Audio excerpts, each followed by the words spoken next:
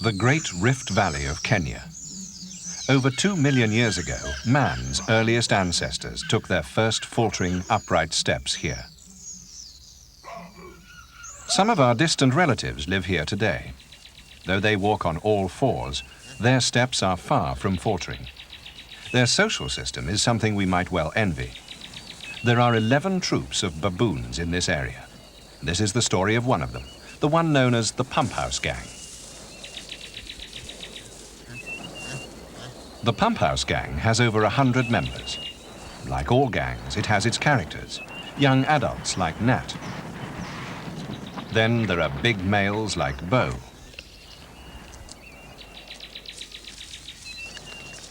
There's Rad, who has a taste for flowers. Rad gave the troop a new hunting technique.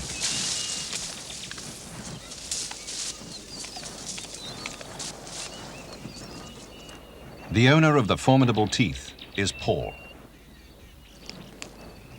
Among the young males, Henry is rather special. He lost his forearm in an accident. The females play a key part in the gang's affairs. Not so much the young ones like Desdemona and Maud, but the matriarchs. Peggy is the most revered figure in the entire troop. The gang were given these names by a 32-year-old assistant professor of anthropology at the University of California, San Diego. Helped by graduate students, Dr. Shirley Strum has been an almost daily observer of the troop for the past 8 years. As a result, some members would clearly like to adopt her. Hard as it is, she has to resist their approaches. She must remain an impartial observer. Shirley Strum's study of the Pump House Gang is throwing an entirely new light on the behavior of a baboon troop.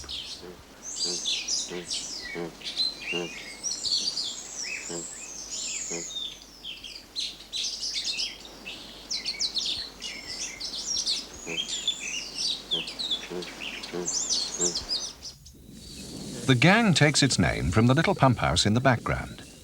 This is part of the system used to bring water to the cattle on the 45,000-acre Kikopi Ranch, where the troop lives.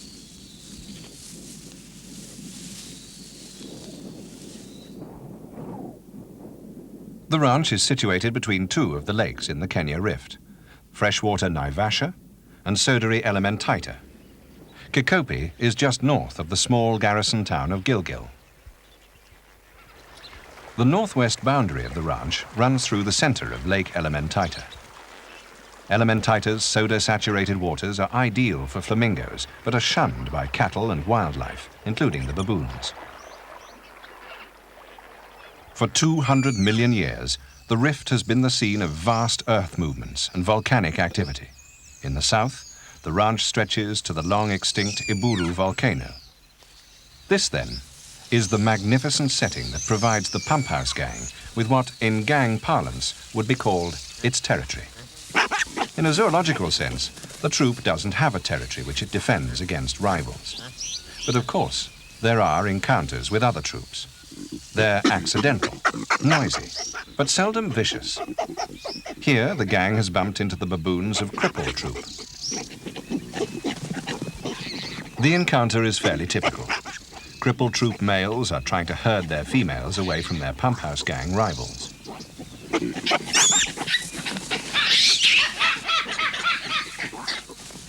These meetings between troops have an important part to play in the troop's life. It's often as a result of them that a young adult male decides to change allegiances and join the other side. Transfer by a male to another troop is a sure way of introducing new blood. So all this noisy demonstration serves a useful biological purpose. That red ear tag is a Cripple Troop insignia, placed there by field workers. Several red-tagged males have already transferred to the Pump House Gang. To a layman, all this looks highly disorganized, aggressive, and only what you would expect from a mob of baboons. But if you can read the signs, as Shirley has learned to do, much of the action falls into place. For the moment, just take note of one thing. Dangerous as the sparring seems to be, no contestant actually lays a glove on his opponent, let alone scores a damaging blow.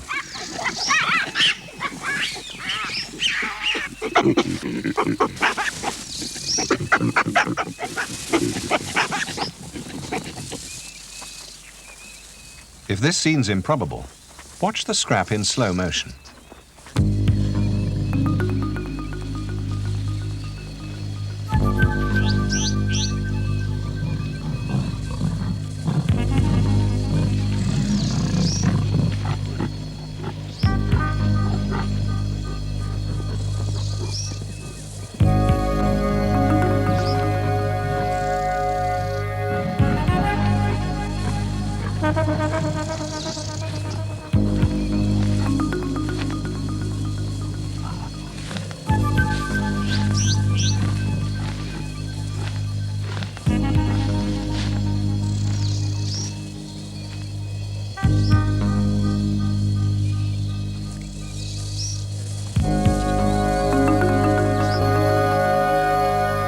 Sparring baboons, it seems, have their equivalent of the Marquis of Queensberry's rules.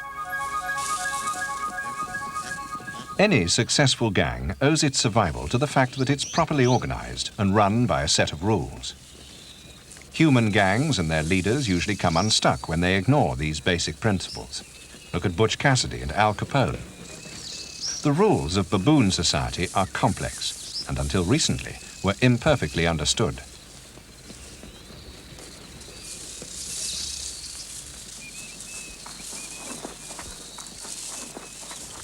It was in 1972 that Shirley Strum, funded by the National Science Foundation of America, began her study of the Pump House Gang. The work had been started 2 years earlier by another young scientist, Robert Harding, who first christened them the Pump House Gang. But where Harding observed the baboons from a van, Shirley established a closer relationship by working amongst them on foot. It took many months before they tolerated her, and an even longer time before they trusted her. For the study to be valid, it was essential that the baboons continued to act like baboons when Shirley was with them. What so far does she feel she's achieved? I've been working at this for 8 years now and feel that I'm helping to build a new and different picture of what baboon society is like. This is a slow process in the beginning because so much is unfamiliar and so many aspects of social organization are subtle. But the years of observation do pay off. After you watch the behaviors repeatedly, the patterns begin to fall into place. And when this happens, the pace quickens and insights occur more often. But I know I won't be able to move on to something new until I feel I finally fitted together all the major pieces of the puzzle of baboon society.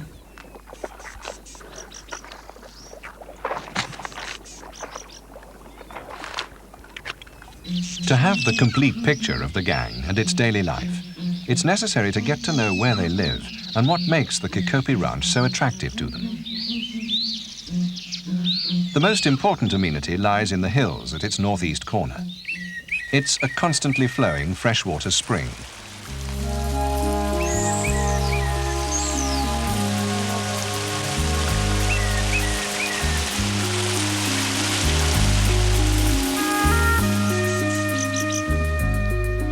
The spring is warmed by the ancient volcanic fires that still glow beneath the rift. The water is carried through miles of pipes and conduits to troughs, and of course, the famous pump house to supply the ranch's cattle.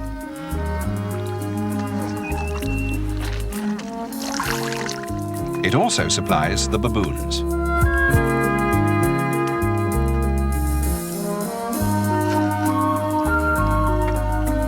The fact that there are at least 1,000 baboons on Kikopi is largely due to the abundant all-the-year-round water supply.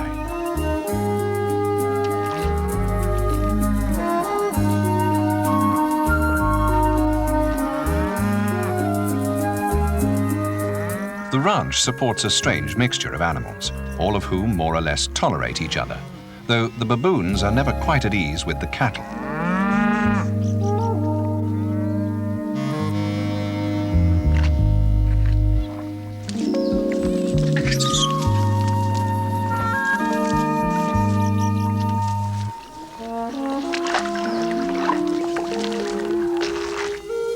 They're only slightly happier with the sheep.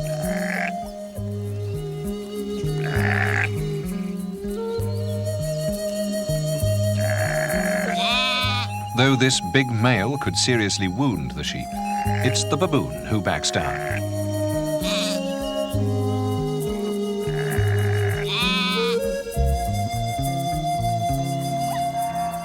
Nevertheless, there's no real strife here between the wild and the tame. There's some conflict of interest between zebras and cows, at least from the farmer's point of view. They're both grazing animals, competing for the same grass. All the same, Kikopi Ranch tolerates a very large number of wild plains animals.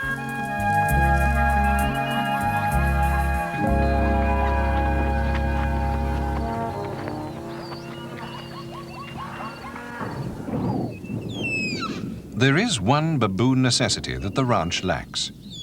It doesn't have many large trees in which they can sleep safely.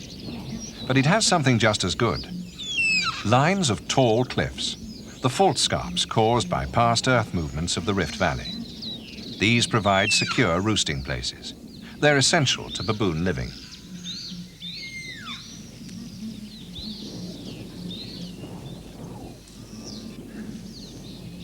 The cliffs are by no means the baboon's exclusive property. They share them with the resident rock hyraxes, without rancor on either side.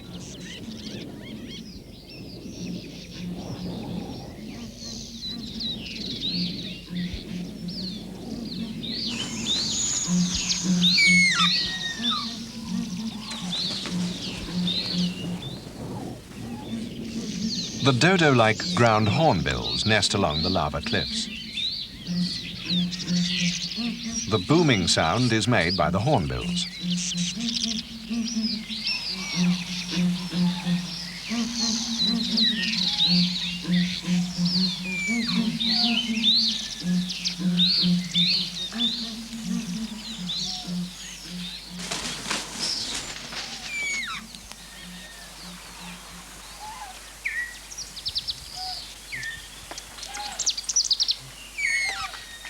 The baboons would be quite happy to steal the hornbill's eggs, if they could find them. But the hornbills nest in deep burrows, and the baboons, after all, are usually only overnight visitors.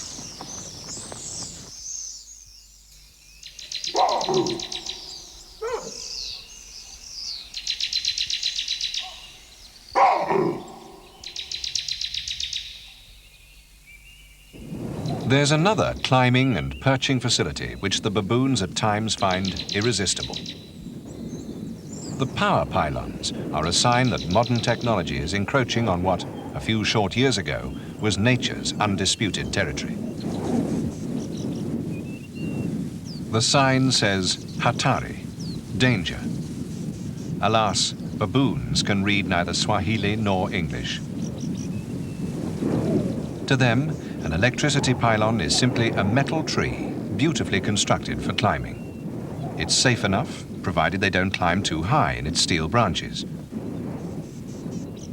This is a consort pair, a male escorting a female in season. That's why they're apart from the rest of the troop. So perhaps their minds are on other things than climbing.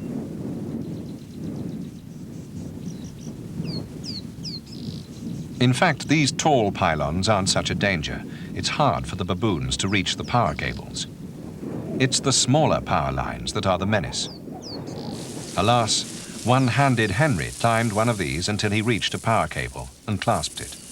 He lost one hand and fused together two fingers of the other. But, as you see, Henry has learned how to survive.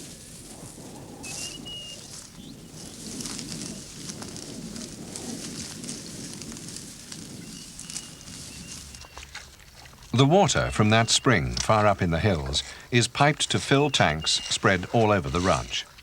So wherever the pump house gang is feeding, water is never far away. It's great to get a drink whenever you feel like it. Yet baboons prefer something with a bit of flavor in it. During the rainy season, they'd far rather drink from a muddy puddle.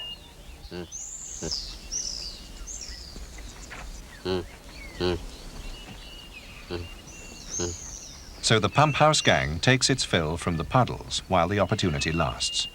At best, this will only be for a few weeks in each year.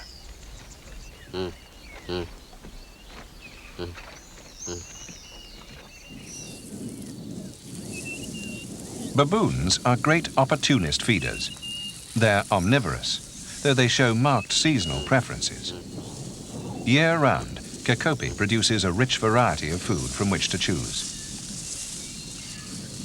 It's impossible to tell how a feeding expedition like this starts, or which members of the troop begin a concerted move in one direction. The troop this time obviously has a very definite feeding objective. And there, just ahead, is the chosen restaurant. Prickly pear is the dish of the day. It's in season for 3 months of the year.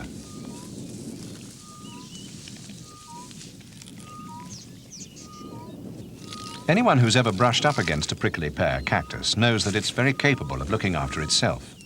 Its spines have evolved as a protection against being eaten. Baboons are not impressed by its defenses. They can bite out the spines before they eat the soft, succulent pads. Watch how they avoid them.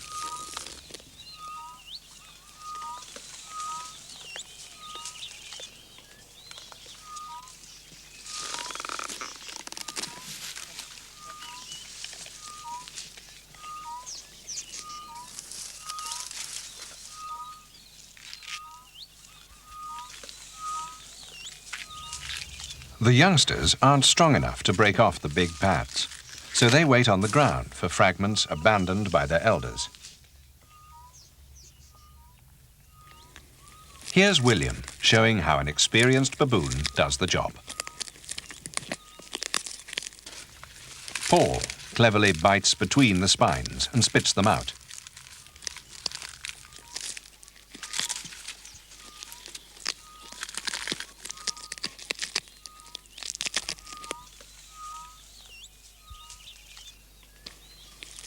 And that's Henry, managing splendidly, despite the lack of a hand.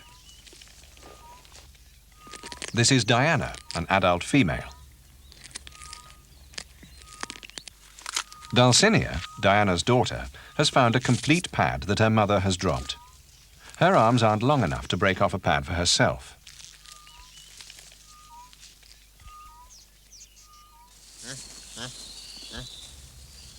Despite their wide range of food, baboons are able to select the most nutritious items available to them at any given moment. This time, the pump house gang is preparing for an all-out assault on a wild fruit known as the grilla berry. It may be bad manners to eat with both hands, but it's one of the baboon's greatest feeding assets.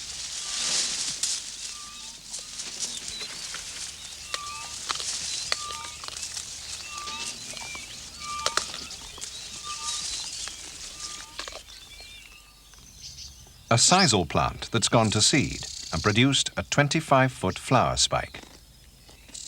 The ranch doesn't grow sisal commercially, so no one grudges the baboons their share.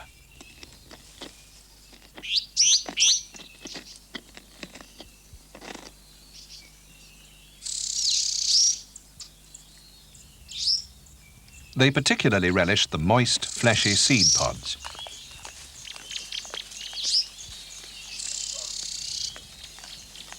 But they also use the tall flower spikes as lookout points. The largest trees on Kekopi are the fever trees, the yellow-barked acacias. At various seasons, they provide a wide range of diet, with flowers and seed pods. The baboons also eat the easily stripped bark. They like it for the sap, which contains sugar and other nutrients.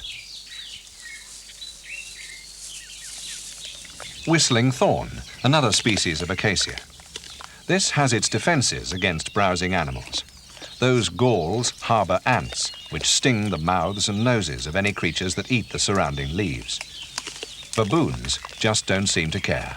They eat galls, ants, the lot.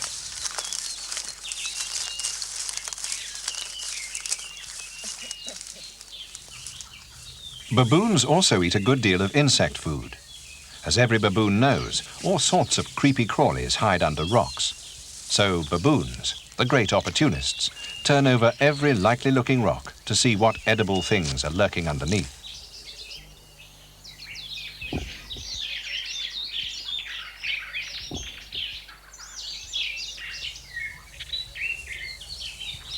The young soon learn the trick from watching the adults.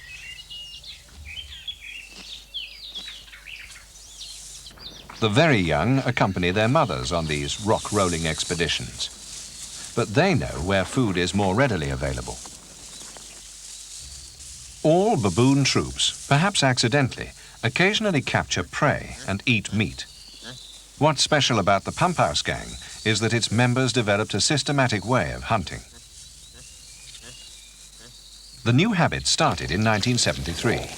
At first, only one male, Rad, searched for and chased young Thompson's gazelle. Other males copied.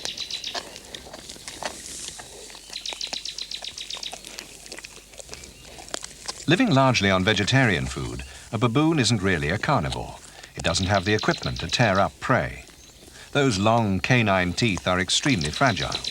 They're for threatening rival baboons rather than for tearing carcasses apart. So when a baboon eats a gazelle fawn, it eats it rather as though it's taking the flesh out of a fruit and leaving the skin more or less intact. Their prey looks as though it's been literally peeled.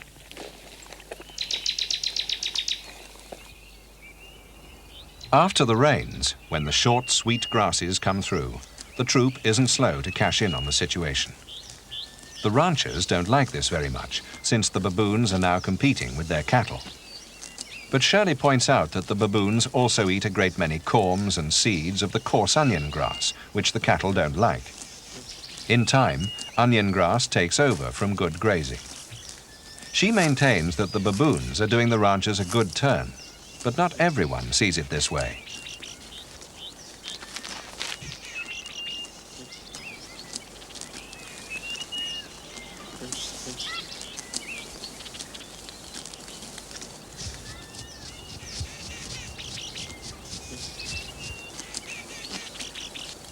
Peggy is certainly tucking in to some of the best grass shoots.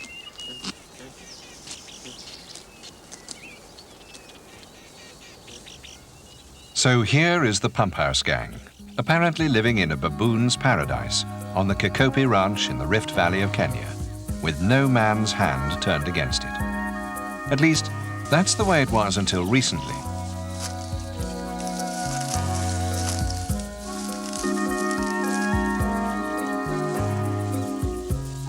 Since we started making this film, things have changed. African smallholders have begun to farm the outskirts of the ranch, and unfortunately, the baboons are no respecters of their hard-won crops. Already, 10 members of the Pump House Gang have been shot while crop raiding.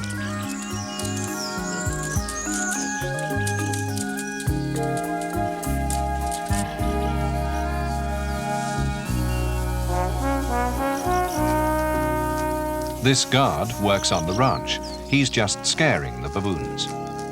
The African smallholders, understandably, are not so well disposed to them.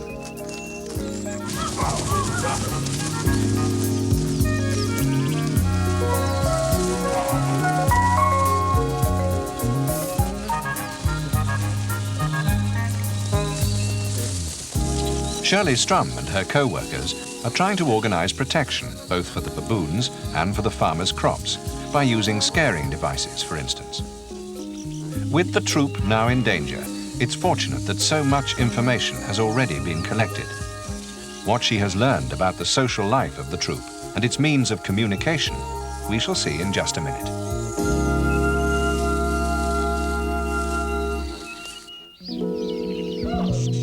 Dawn on the Kikopi Ranch in the Rift Valley of Kenya.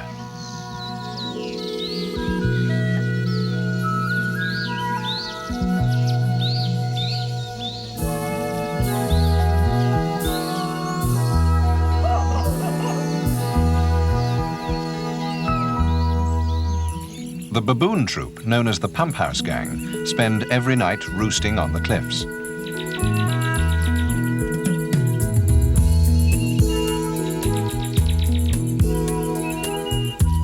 Shirley Strum, the American anthropologist, is their daily companion and observer.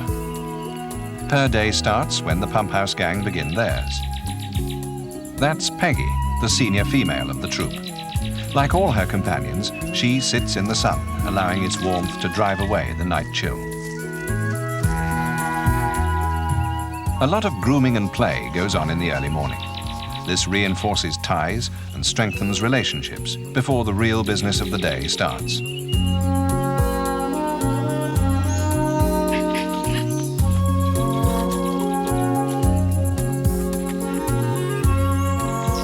A female presents, turns her back and raises her tail to a male. It means that she comes in peace.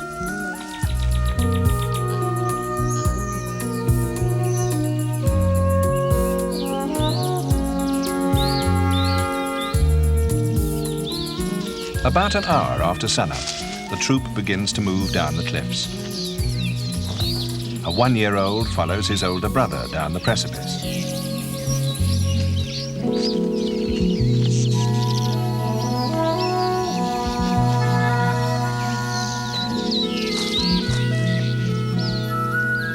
One by one, the pump house gang descends to the grasslands where they spend their day. This day, one of Shirley Strum's subjects for study is Hoppy.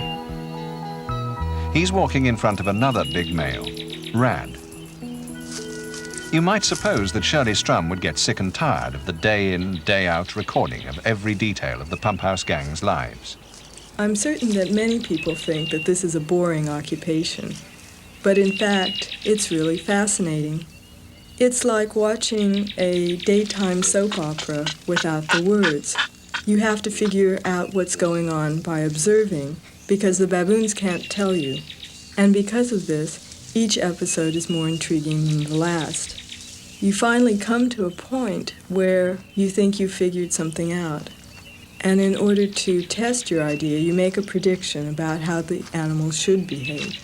When they do behave that way, when it turns out that you can predict the animal's behavior, it's incredibly exciting. As a result of recording their behavior for at least 6 hours a day, Shirley now understands a great deal about baboon social life. For instance, the gestures and conventions used to minimize conflict. Of course, there's much more to baboon society than that, but it helps if you can understand some of their means of communication. Drawing back of the lips is called fear-facing. It shows extreme distress, nervousness, or fear. It's often accompanied by a sound called gecking. This is just what it seems, a normal yawn. But now the yawn becomes far wider and the lips are fully withdrawn to show the dental armament. It's become a threat. It's essential to avoid clashes of personality and rank. A high-ranking female stops and looks back. To show she presents no threat, the lower-ranking female following looks away. Rank plays an important part, especially among females.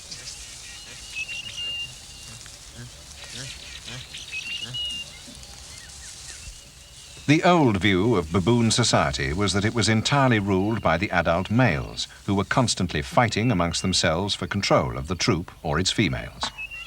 Shirley's researches have revealed that these occasionally belligerent males don't rule anything.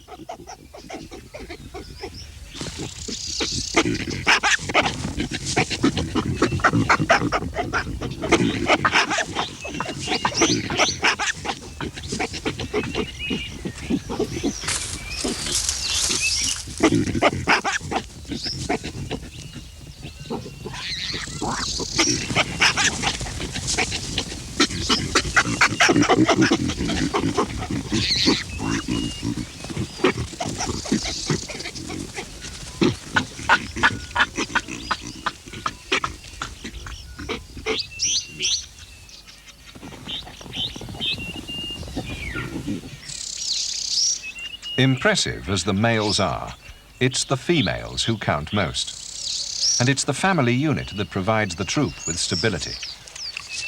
The senior matriarch, Peggy, is the equivalent of royalty. Her family take their rank from her. Her newest infant is called Pebbles. From birth, she'll be treated by the whole troop as a little princess.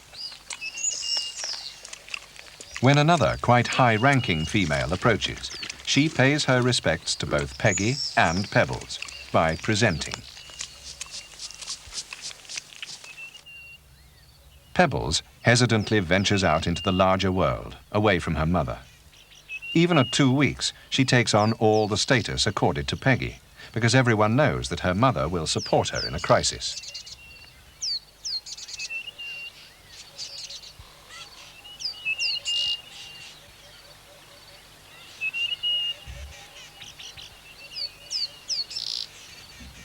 All members of the family are extremely tolerant of each other. Peggy's older daughter, Thea, on the left, is allowed to fondle Pebbles while Peggy feeds.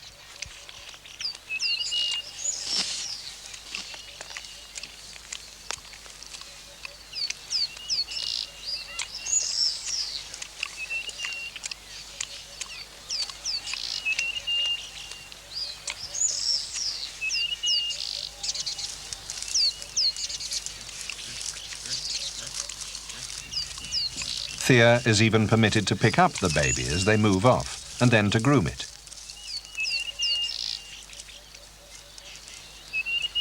Eventually, Pebbles returns to her mother.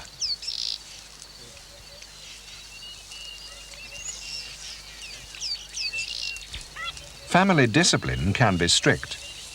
Peggy's granddaughter, Thelma, approaches to be groomed, and gets soundly bitten instead.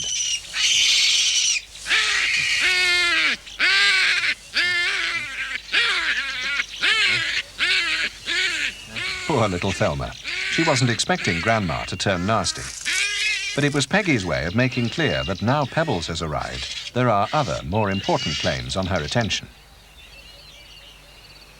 Meanwhile, Pebbles watches closely, and so begins her education in family affairs. When Peggy's son, Patrick, arrives, he is groomed immediately. Sons and daughters have prior claims to grandchildren. Such lessons are passed on from generation to generation. Thelma sadly takes note of the preferential treatment given to Patrick. She won't make that mistake again.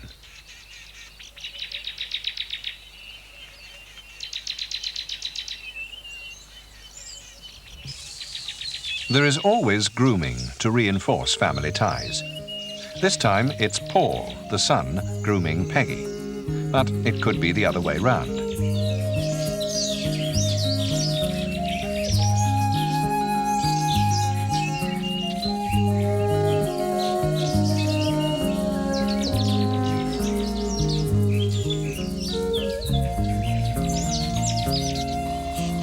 Even when they're on the move, family members support each other closely.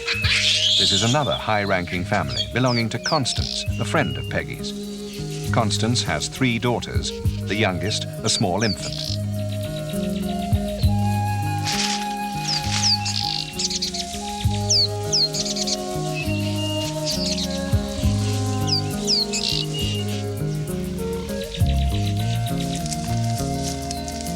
All 3 daughters play together, regardless of age differences. Play helps to reinforce family ties. Even when playing, infants never stray too far from their mothers.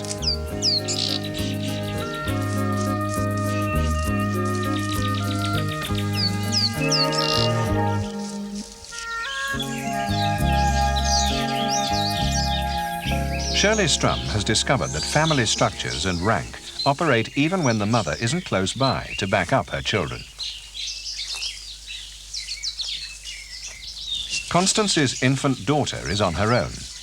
She's only 2 months old, but her mother holds a high rank in the troop, and so she automatically takes on her mother's status. A lower-ranking female approaches and wants to fondle the infant, but she doesn't have the status to do so and backs away. Next, an older female comes up with the same idea. She's quite high-ranking, but she backs down when Peggy's son Patrick arrives. As Constance and her family move away, Patrick, still pulling rank, chases off the baby's elder sister.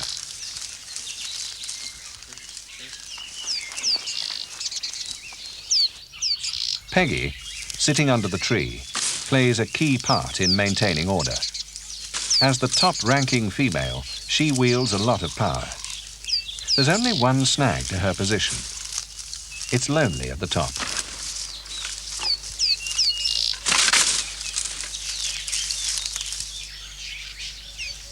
Constance, whom she's grooming here, is her only real female friend.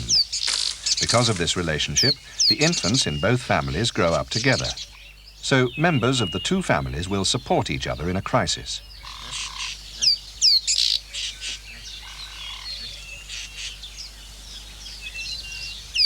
So it is the females who hold the troop together. The focal point for females, young and old, is the infants. Young females especially will go to almost any length to handle a baby. This one is grooming a mother because she wants to fondle her child. Along comes another female with the same idea.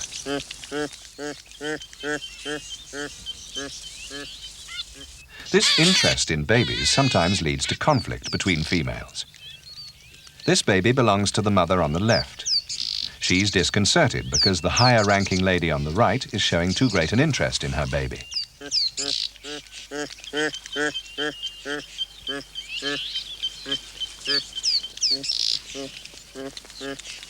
The intruder grooms as a means of getting closer.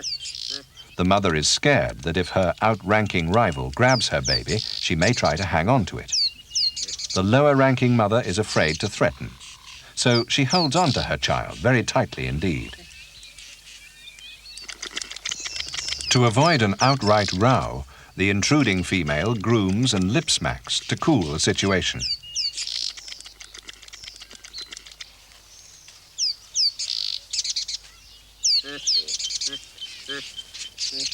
The value of this powerful interest in infants is that it teaches future mothers a good deal about baby care. Shirley has discovered that it's not just the females who are interested in other baboons' babies. Males, like Hoppy, sometimes form platonic friendships with females, which lead to close ties with their infants. Hoppy is grunting in a friendly fashion at Kate's baby, Chris. Chris responds, but his mother is anxious and grabs him. She's not quite sure of Hoppy's intentions as he sits alongside her. This budding relationship has got nothing to do with sex, since Kate isn't in season. Once again, there are benefits all round. Hoppy gets groomed, mother and baby get protection. Males quite frequently join the pump house gang from outside troops. These new arrivals are often very keen to form platonic friendships with resident females. Duncan is a recently arrived male. He's pursuing Frida, Hoppy's mother. She's not in season either.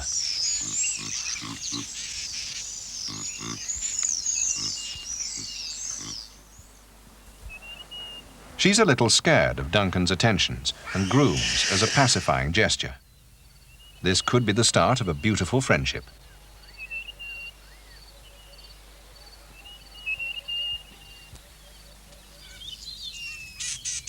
It's through these friendships between males and females that infants sometimes come to trust big males almost as much as their own mothers.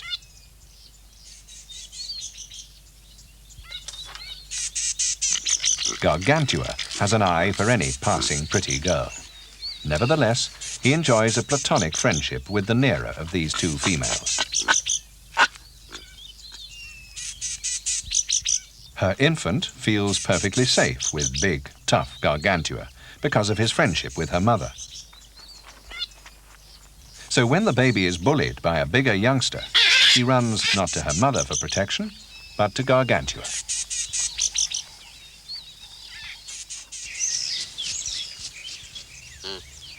Hoppy, the subject of Shirley's study this day, isn't doing much at present. Even so, Shirley can often learn a lot by watching other baboons around him. For instance, his reactions, or even lack of reactions, can tell her a great deal about his seniority. Adult males rarely get involved with each other. They usually only come together when something like food or females are at stake.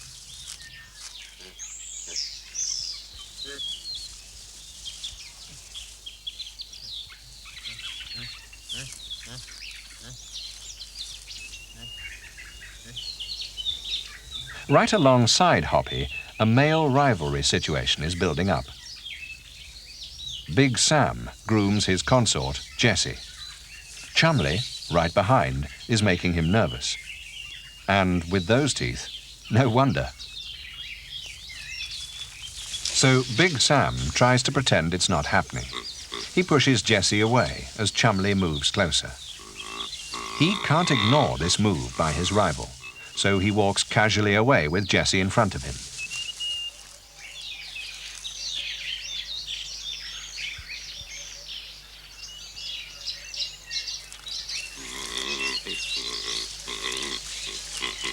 Big Sam will still have to watch out. That's Duncan on the right, weighing up his chances. Even at 7, a young male like Hoppy is still learning how to handle his own and other baboons' aggression.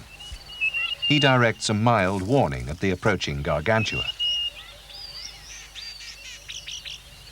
The yawn becomes a threat as gargantua draws nearer.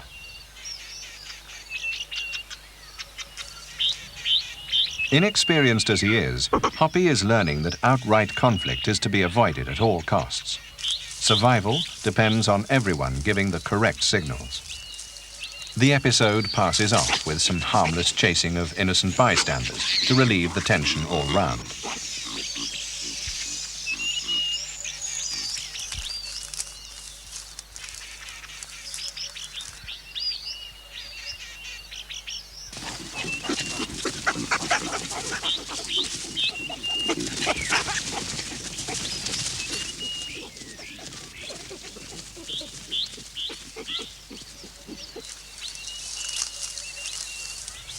Another situation in which the adult males show a marked interest in each other concerns predation. The Pump House Gang has a very special record here. Their main victims are the fawns of Thompson's gazelle.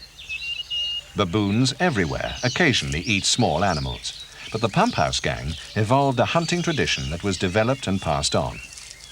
At first, it was probably pure chance.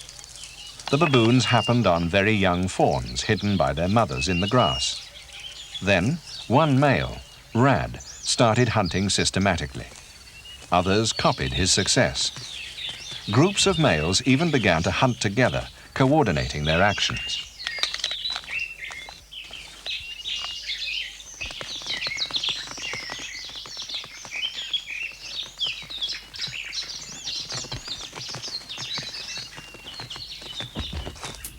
This is Rad, who pioneered the hunting technique.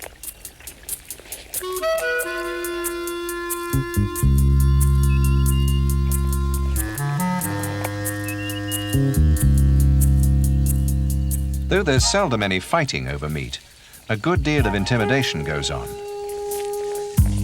Big Sam and McQueen are crowding Rad closely. So far, he's quite confident.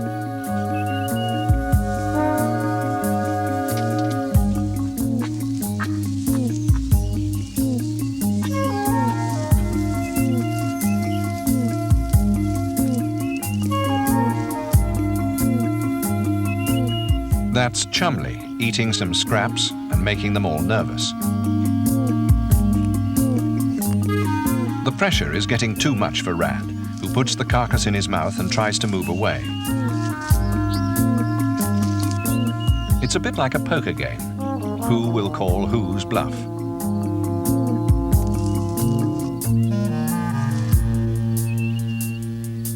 Finally, it's Rad who throws in his hand.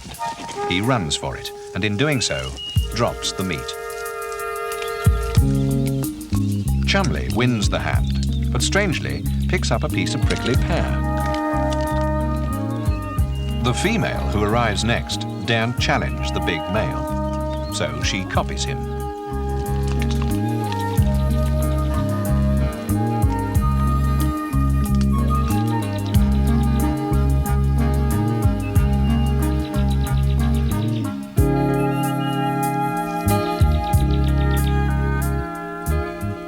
When Chumley leaves, Thea sees her chance and grabs what's left.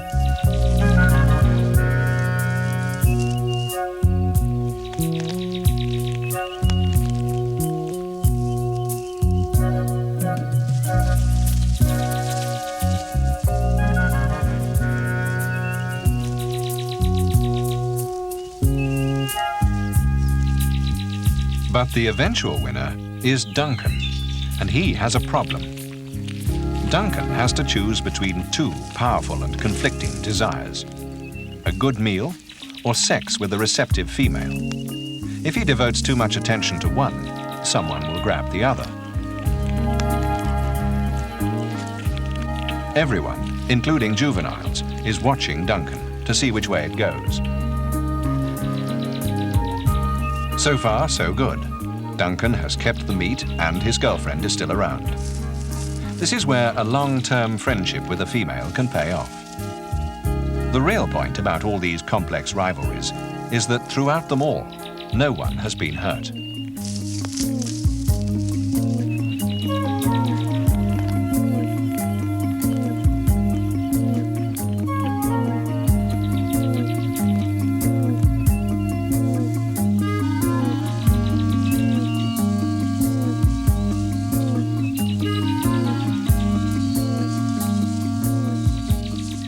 Just as with human society, the future depends on the health and upbringing of the young. Gestation takes 6 months. Newborn babies can cling to their mothers' bellies from birth. They're entirely dependent on their mothers for over a year. After a few months, their mothers coax them to ride pickaback, though it's very rare to find one holding on by the tail. They're born black with pink faces. One theory is that this distinctive colouring protects them from aggression by other troop members. Even while they're suckling, they're learning about the outside world from their mothers, such as what is good and wholesome to eat.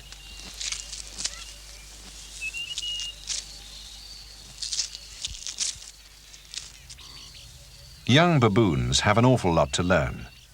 Play forms an important part of their education. Apart from developing physical skills and reactions, the youngsters learn how to control aggression and how to avoid conflict in adult life by using the right gestures.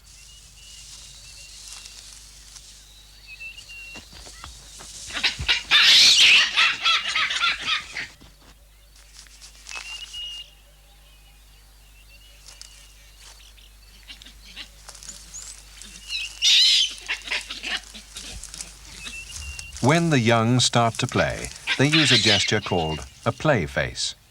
It means there's no intention to hurt.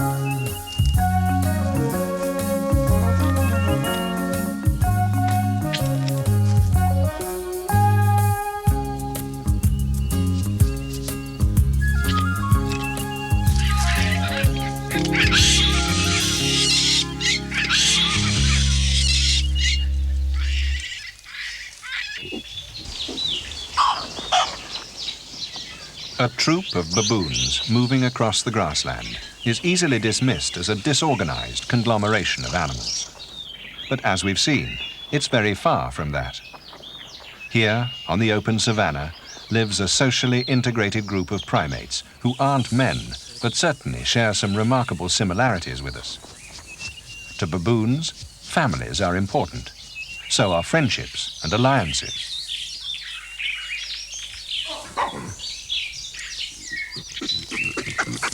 The baboons achieve all this without benefit of language, at least as we understand it, and by means of a very limited set of gestures.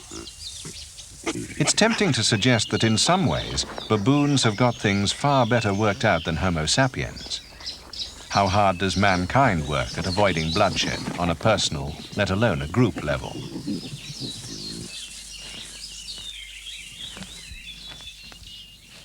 These animals are a lot more sophisticated than we ever previously conceived.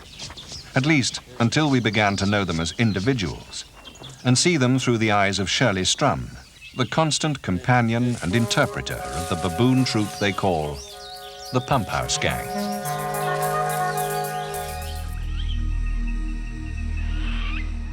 In a remote river in West Africa, there's a lonely and mysterious island, a remnant of a lost world.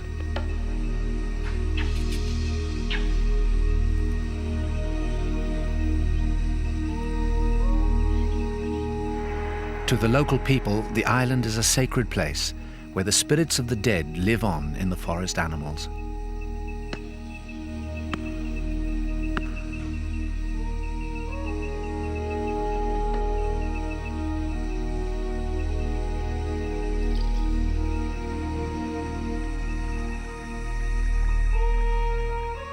Tiwai Island is in Sierra Leone in tropical West Africa. It lies in the middle of the Moa River, which flows through the far southeast corner of the country near the Liberian border. 65 kilometers upstream from the Atlantic Ocean, the river divides, creating a mosaic of islands. At 11.5 square kilometers, Tiwai is the largest and the only one still covered in rainforest.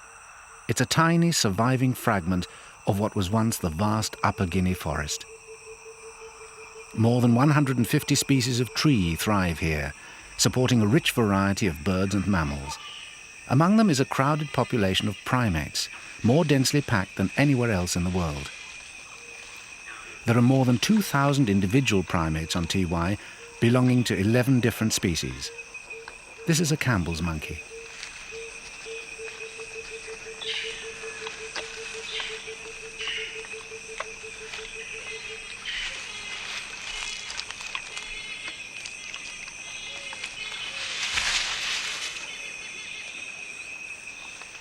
The Mende people call the Diana monkey the messenger because it's always the first to give warning of danger.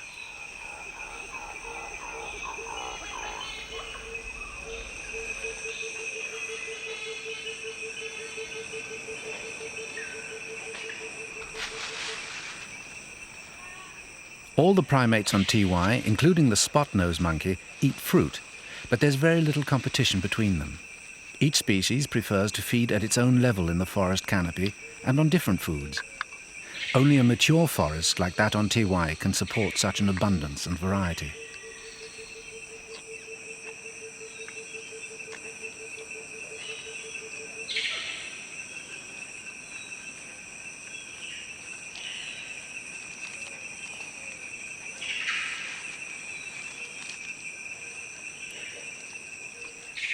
All the forest creatures have their place in Mende culture, but primates are particularly important. The tribe has never lived on Tiwai, but their beliefs play an important part in preserving the island. Neighbouring tribesmen and foreigners have never been allowed to hunt there, because to the Mende, it is a sacred place.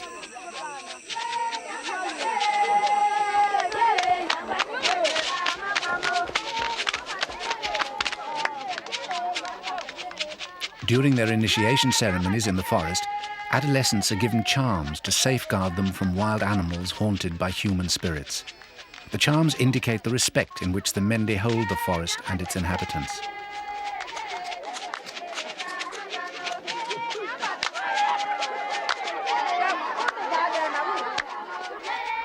When the initiates emerge from the bush, they dance to celebrate their entry into womanhood.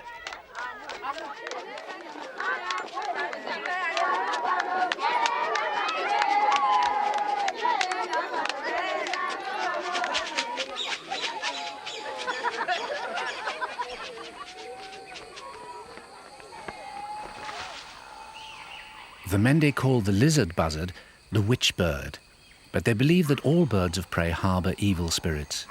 For fear of provoking their anger, they don't hunt any of them.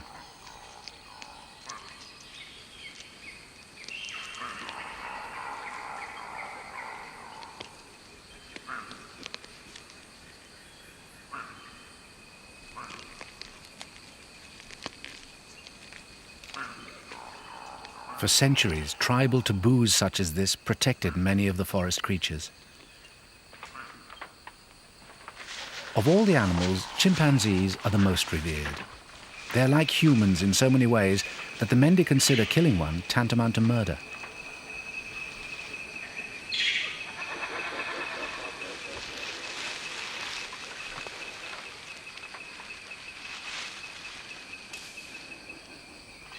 There are about 15 chimps on Tiwai, They live as a close-knit group, but they break up into small parties to look for food.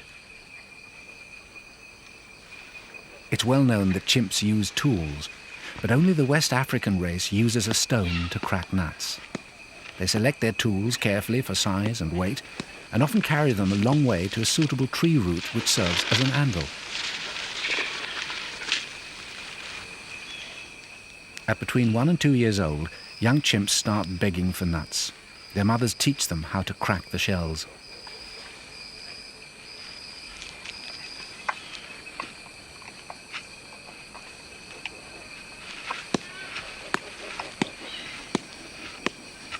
Nut cracking isn't as simple as it looks. The size and shape of the stone is critical, and the nut must be placed at the right angle on the anvil. Mastering the art can take 6 years of practice.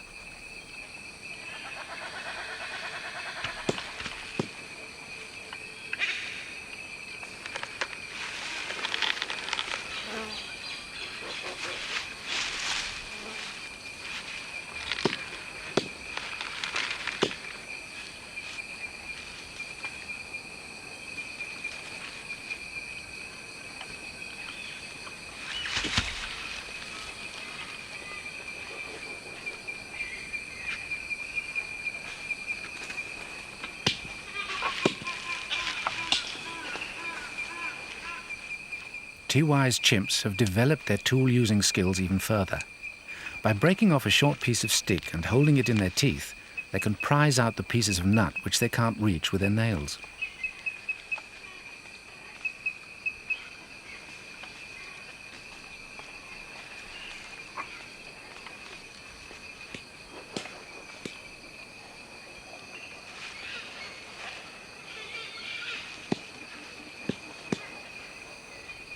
It's the first time truly wild chimps have been filmed, and this behavior is completely new to science.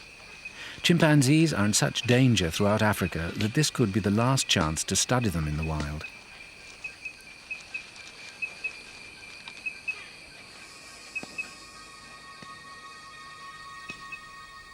At midday, the usually noisy forest is silenced by the heat.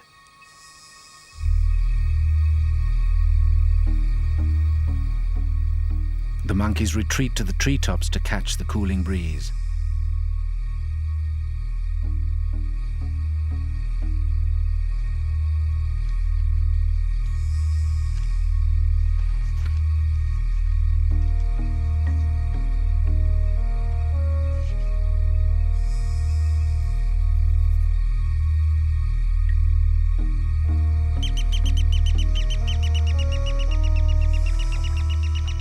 At the height of the dry season, the temperature can reach 40 degrees centigrade.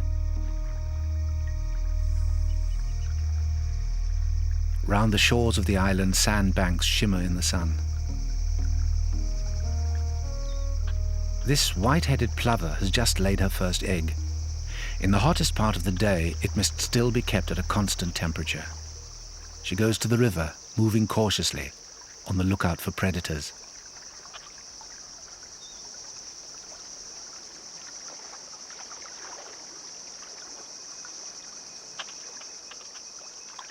Special feathers on her breast soak up water.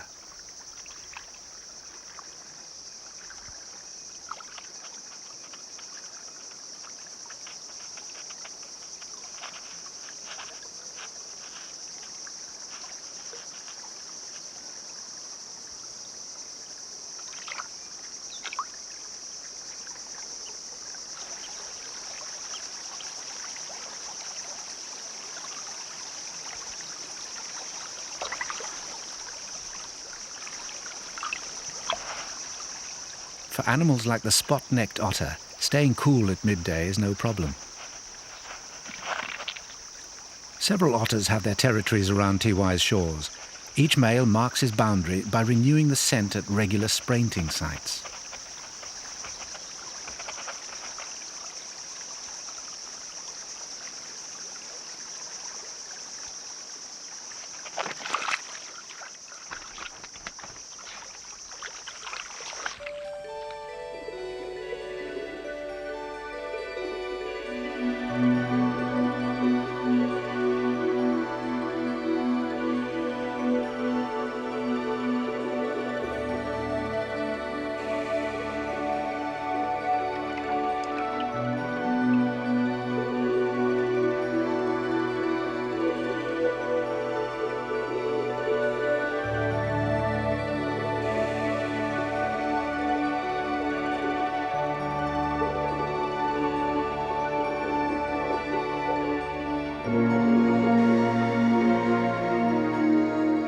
The spot-necked otter is reputed to be the fastest of its kind underwater. In the past, its speed helped it to escape crocodiles, but that threat has virtually gone. Nearly all the crocodiles have been killed by the Mende.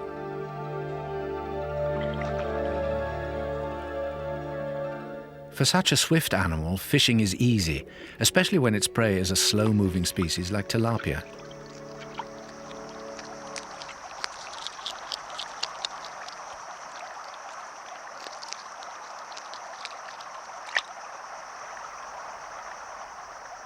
Even an otter can get a fishbone stuck in its throat.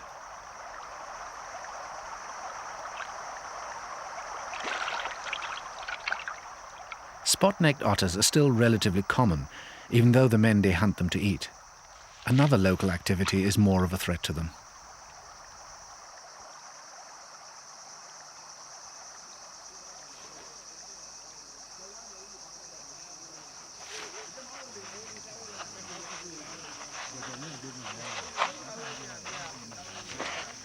Near the end of the dry season, the villagers dam the Moa River to dig for diamonds.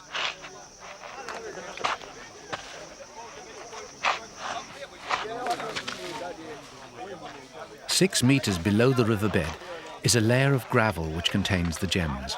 The whole community helps dig to this level, which can take several days.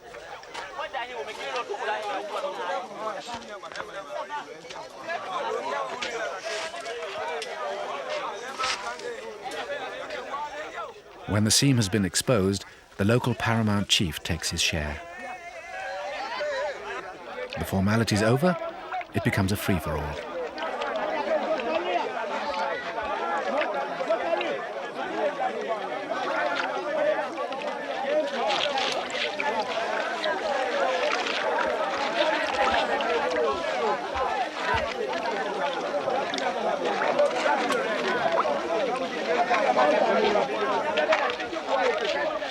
People dig for diamonds all along the upper reaches of the Moa. They disturb the riverbed to such an extent that all life in the water is threatened. The silt smothers plants and kills fish. The mining operation leaves the Mende with a reduced food supply. Fish is one of their main sources of protein.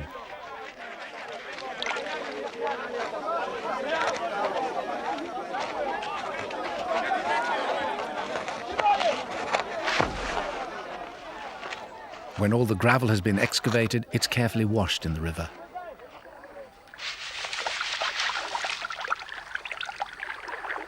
This kind of mining is illegal as well as harmful. But because the diamonds are so valuable, legislation is unlikely to stop it. However, every year the law of nature calls a halt.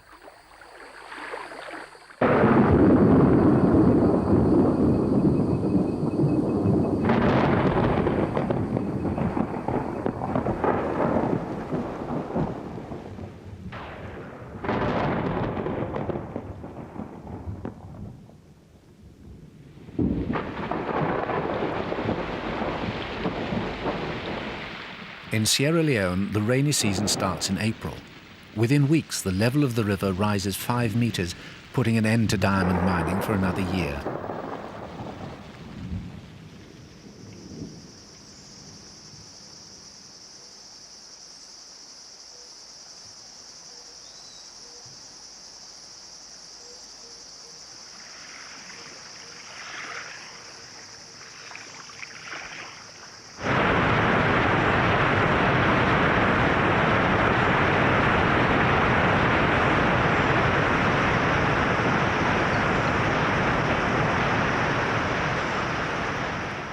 For 4 months, there's little movement to or from Tiwai by man or beast.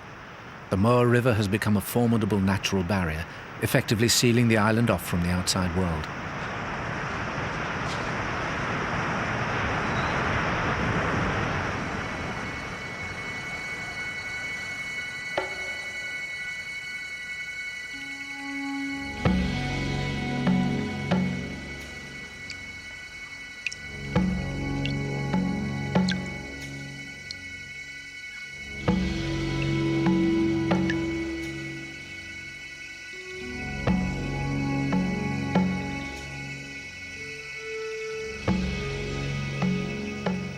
During the wet season, everything rots. Trees which fell during the year are broken down by fungi. The fungi gain access to the fallen timber through burrows made by termites. The amount of wood removed by each insect is minute, but they exist in enormous numbers. There are probably over 1 billion termites on TY.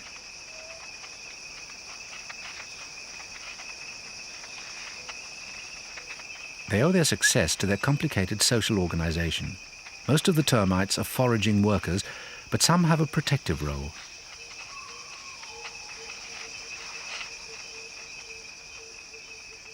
In response to the footsteps of an approaching pangolin, soldier termites sound the alarm by drumming with their heads.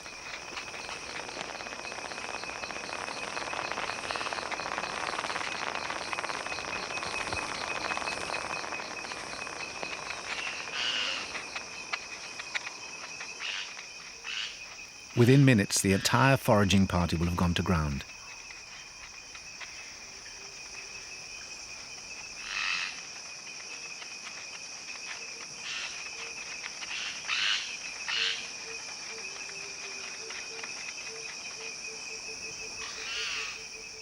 But the long-tailed tree pangolin ignores the termites. It feeds on black tree ants, whose colonies can be 30 meters above ground.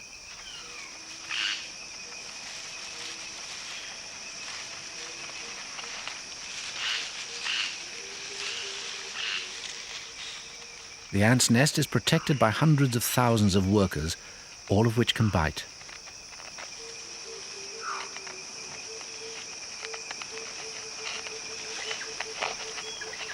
But the pangolin is armored with overlapping scales and exceptionally thick skin.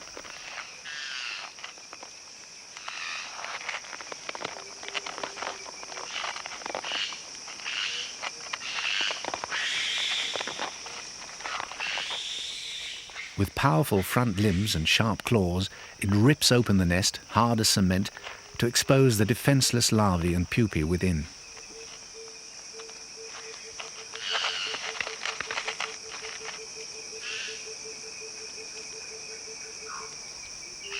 Many fall to the forest floor, but they're the lucky ones. They escape being eaten, and they're quickly rescued. Workers pick up the embryonic ants lying helpless below and carry them one by one back to the nest.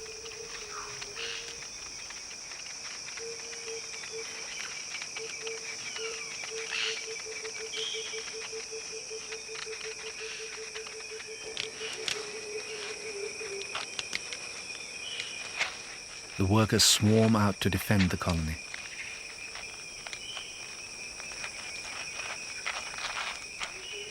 After a while, their bites are too much for the pangolin, and it moves on.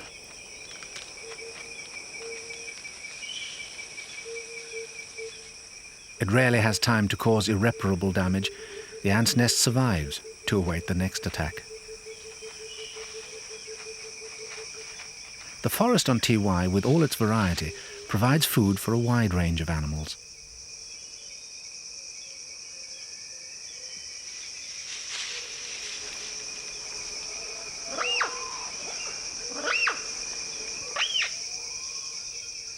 Monkeys feed in the same trees as the pangolin, but on fruit, not ants.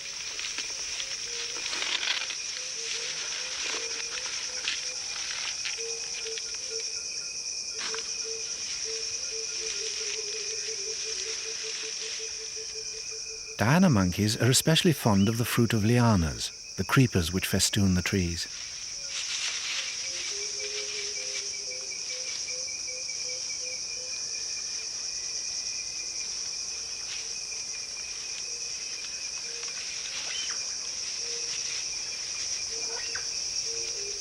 They test each one for ripeness, twisting the stem to see if it gives way easily.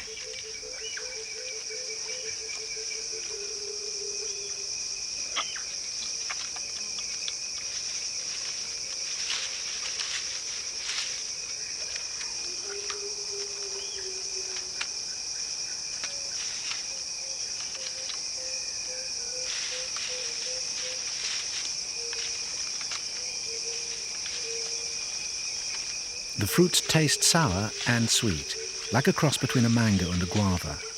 The Mendi like them too, but since they grow too high above the ground, Only the monkeys can reach them.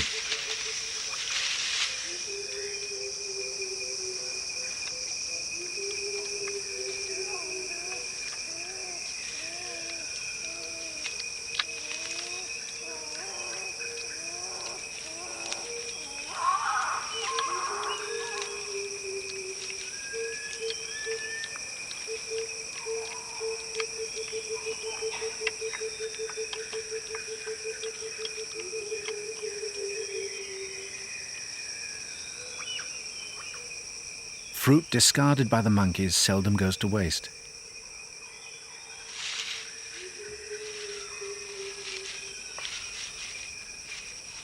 The water chevrotain is the smallest of the 6 species of antelope which live on Tiwai.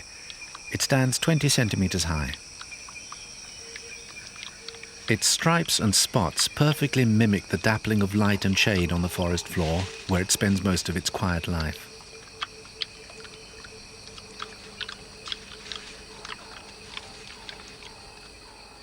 Antelope are common. Their flesh is good to eat, and it forms an important part of the Mendes diet.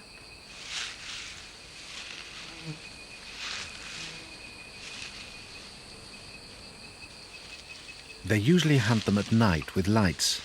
During the day, the chevrotain's cryptic colouring makes it impossible to find.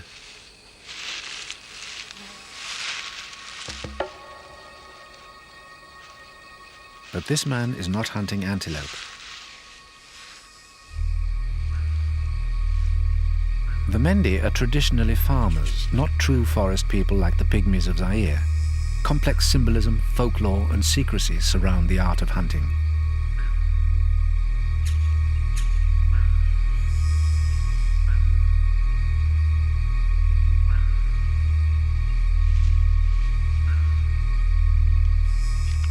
Primates are not their traditional prey. There is no status to be gained from killing one, and as Muslims, the Mende are forbidden to eat monkey flesh.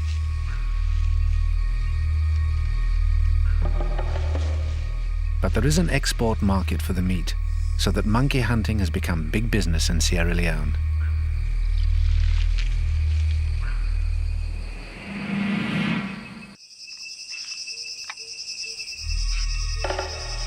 This market and modern weapons threaten the survival of the country's primates.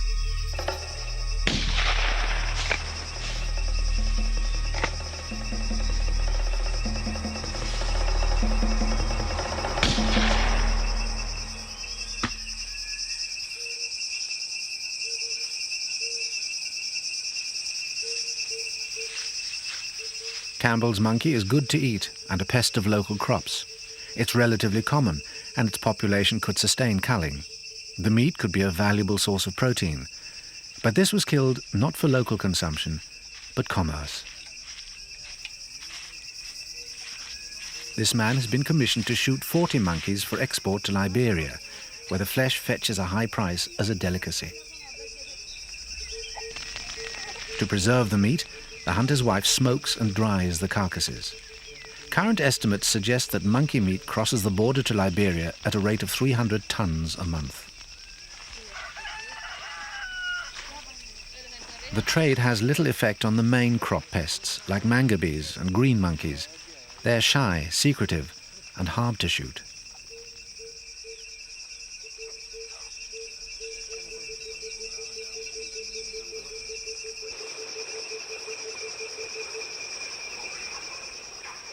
It's the bolder species that suffer, in particular the colobus monkeys. Times and customs are changing in Sierra Leone. Only the older Mende generation still regards monkey meat as forbidden. The religious scruples of the young have been eroded by the 20th century. Trade with Liberia, and more recently within Sierra Leone, is proving devastating to the rarer species.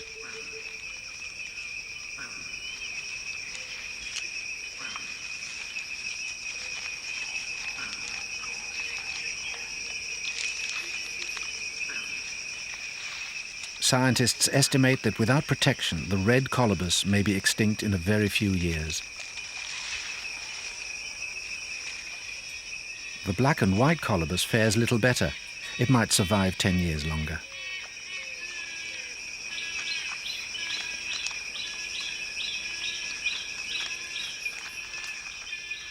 The seeds of the faraway tree are packed with protein and fat, but the seed pod is extremely tough. The black and white colobus is the only species with teeth and jaws that are strong enough to bite into it.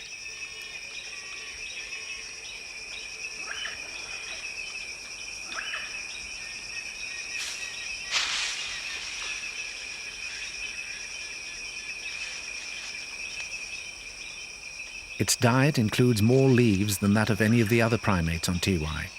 To deal with this indigestible food, it has developed a specialized stomach.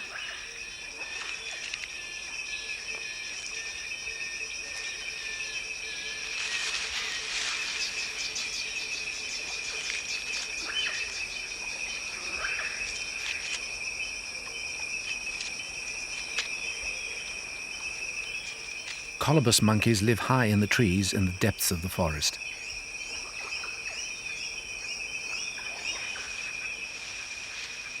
Chimps, by contrast, spend most of their time on or near the ground, and they are accomplished crop raiders.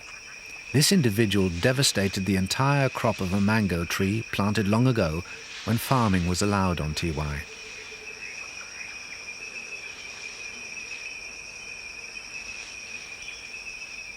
On the mainland, the chimps have no choice. There's so little natural habitat left that they must either steal or starve.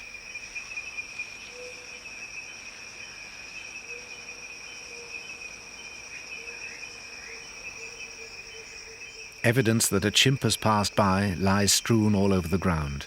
The discarded fruit attracts other inhabitants of the forest.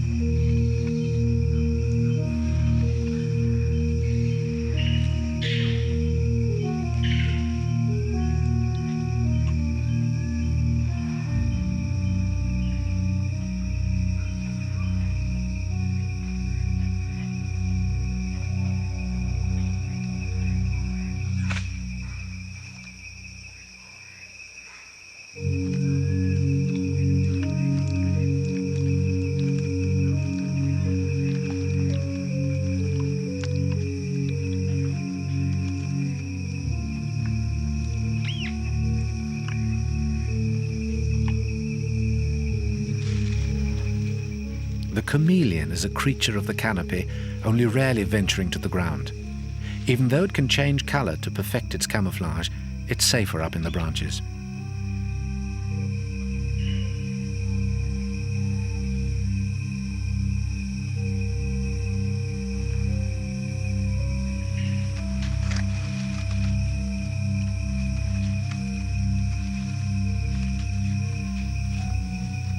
The trees on Tiwai provide a sanctuary for chameleons and a playground for monkeys.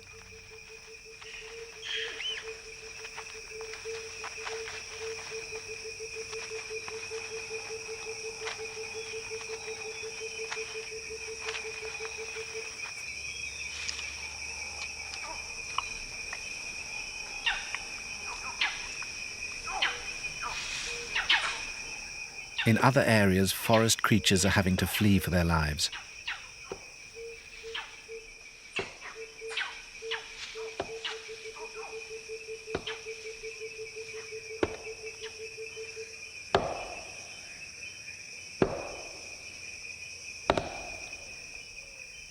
Rainforests all over the world are being turned into farmland, and it's no different in Sierra Leone.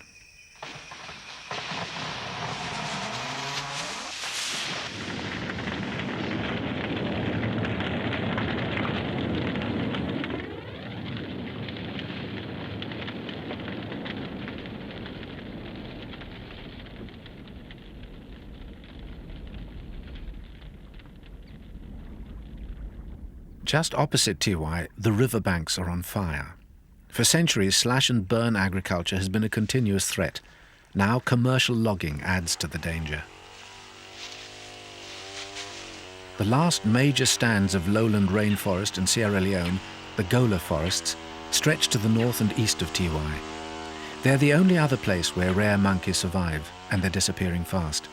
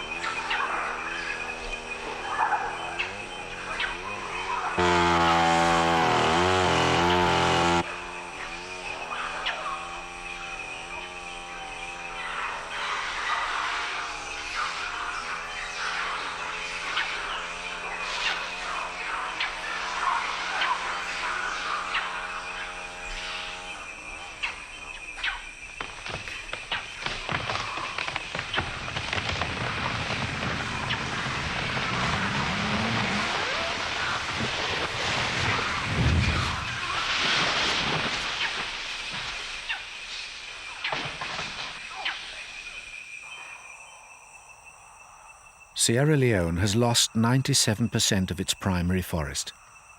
The clear-felled land produces crops for 2 years.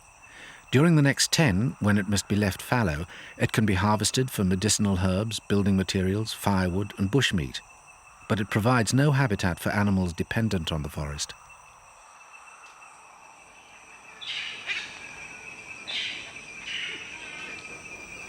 On Tiwai, they still stand a chance.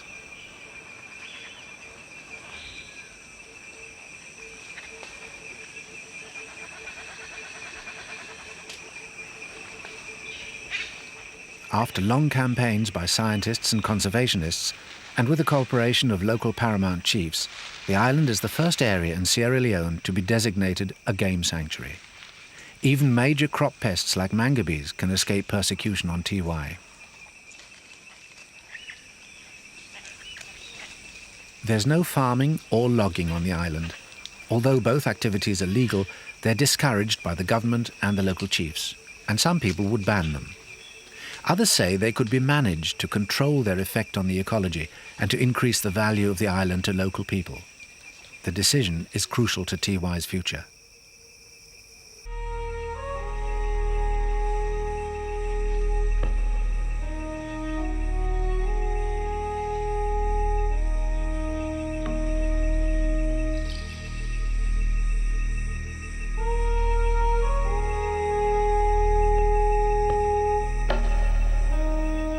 Tiwai Island in Sierra Leone is valuable to conservation because of its primates, but it also shelters many other species.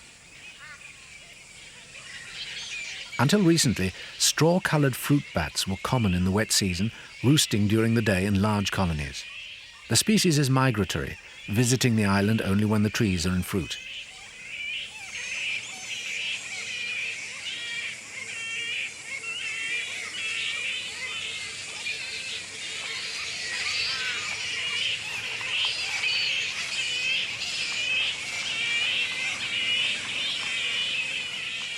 Females give birth between December and late February and mate from April to June.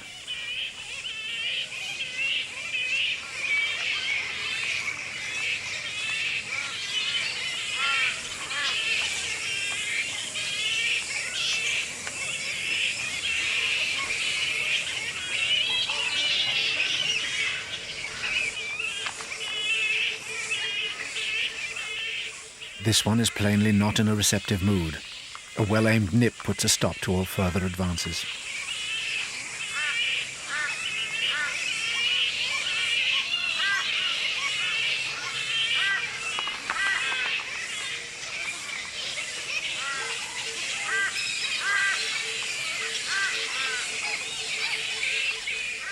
The bat colony changed its daytime roost from Tiwai to some trees close to a village on the mainland. The Mende eat bats. Within a couple of days, almost the entire bat population was shot.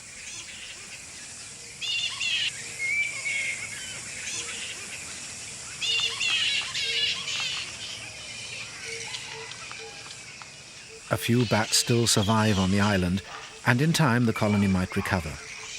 If hunting were allowed, the bats would rapidly disappear, and the primates would soon follow them.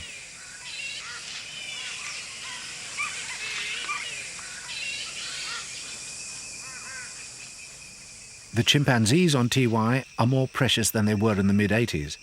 Then there were over 2,000 of them in Sierra Leone, but now there are only a few hundred. The young ones are caught to be sold as pets. The usual way of capturing an infant is to shoot its mother.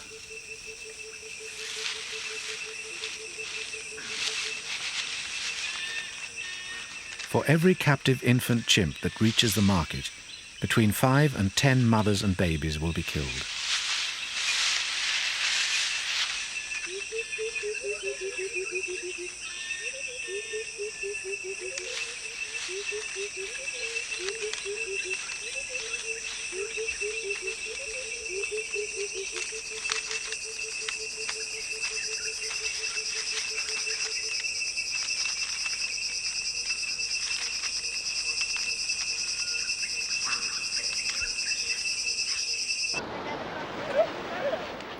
The trade is illegal, but young chimps are still readily available to anyone who wants one.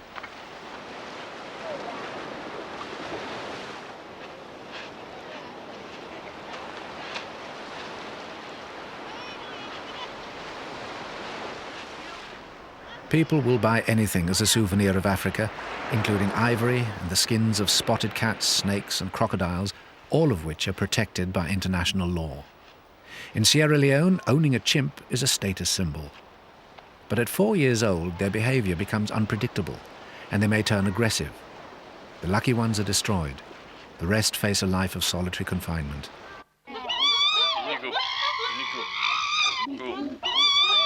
In.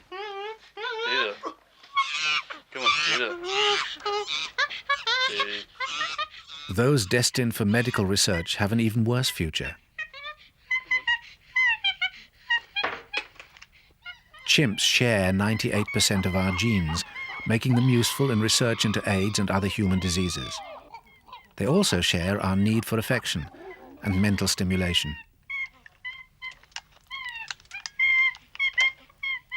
There is only one place where chimps truly belong.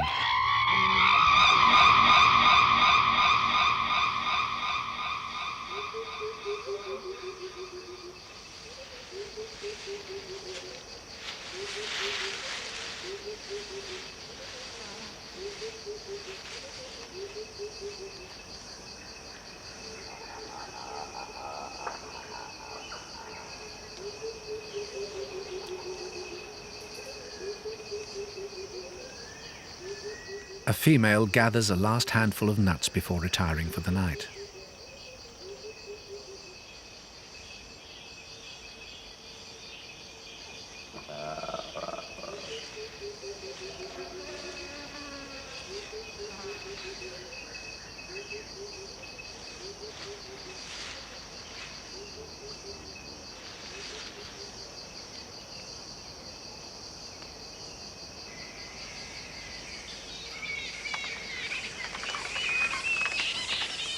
At dusk, the straw-coloured fruit bats leave their roosts to feed in the surrounding forest.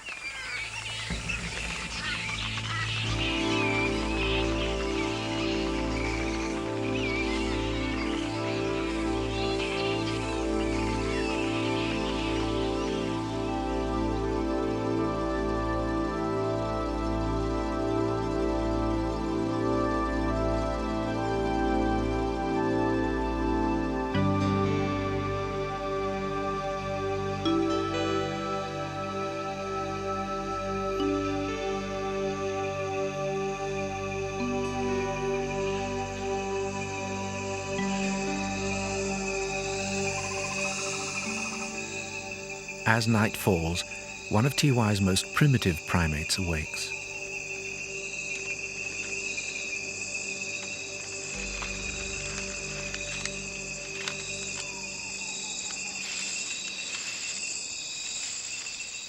The potto is a prosimian, a living link between ancestral primates and modern monkeys.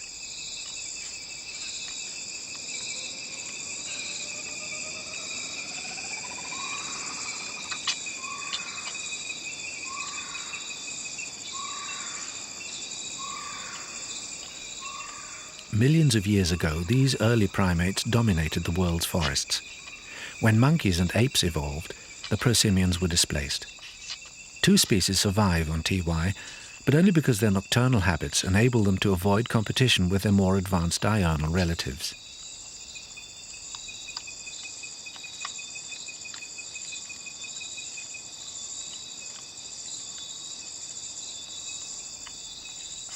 They're not entirely without rivals, however. The other night feeders include bats.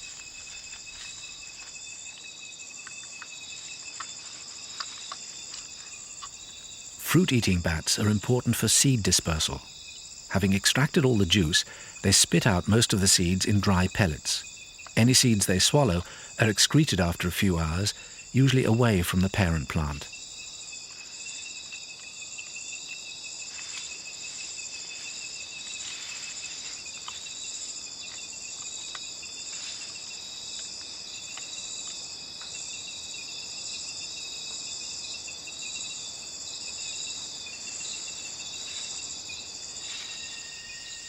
Bats evidently regard pottos as competitors, even though fruit is only part of their diet.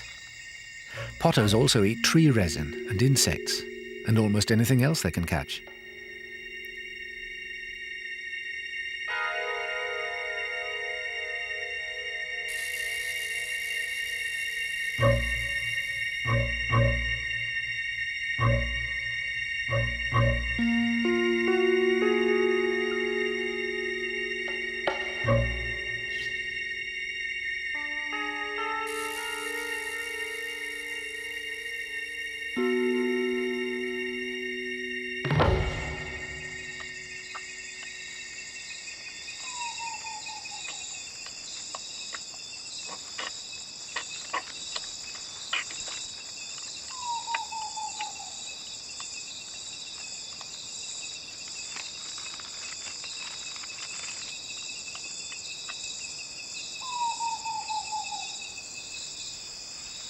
Palm civets spend the day curled up in a tree hole or a dense clump of leaves. Although they're rarely seen, their insistent calls are well known to the local people.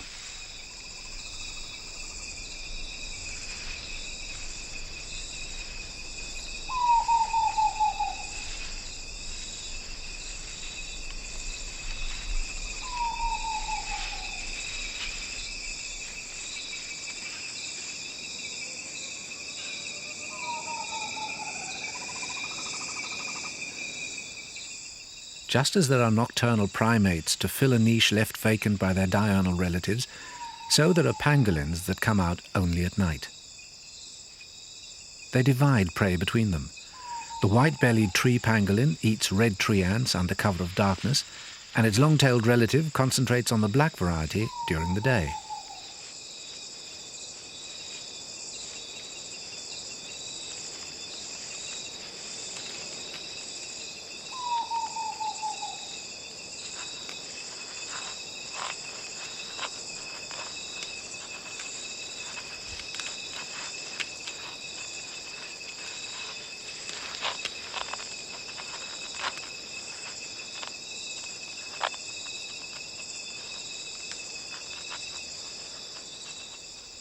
Pangolins give birth to a single baby, which spends the first year of its life riding on its mother's tail. It maintains a firm grip. The ground might be 30 meters below.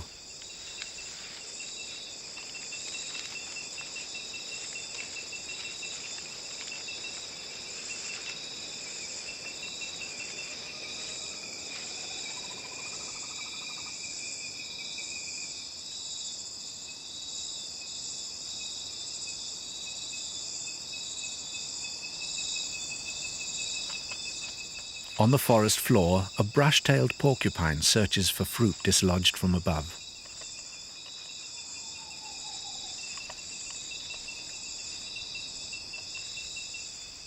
Its quills are its main means of protection.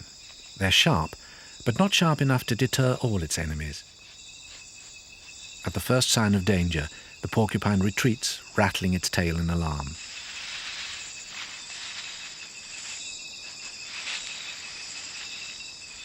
The African civet is 3 times the size of the palm civet. Now that leopards have been wiped out by hunters, it's TY's largest predator. Civets are best known for the musk they secrete from glands under the tail, Musk has been used for making perfume since biblical times. The animal also uses it to attract a mate and to mark its territory. It's rather short-sighted, but this is no handicap in the dark or in dense undergrowth. It finds its way through the forest by smell.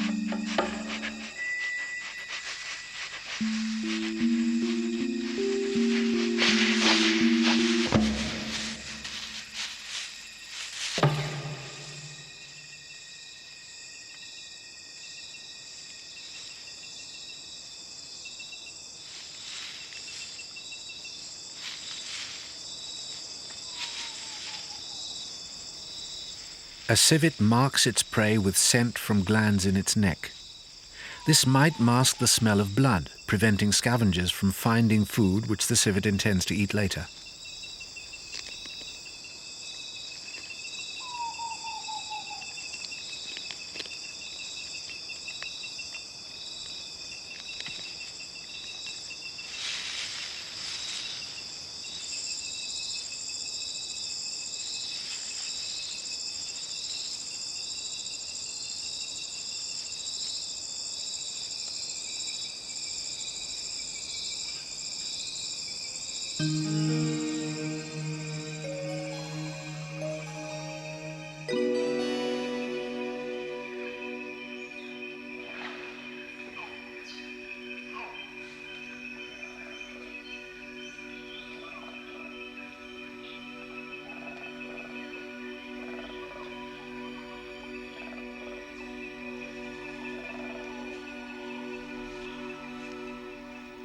In the past, Tiwai was farmed.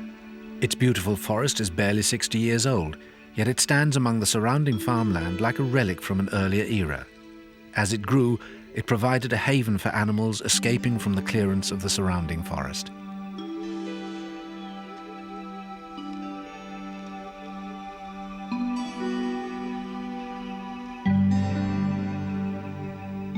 Sierra Leone has suffered political upheavals in the last few years. In 1991, Tiwai Island was invaded by rebels from Liberia with their well-known fondness for eating monkeys. However, they have since moved out and for whatever reason left the island's primates unharmed. Protected by the river, by ancient taboos, and more recently by conservationists and the local paramount chiefs, Tiwai remains a sanctuary for the spirits of the forest.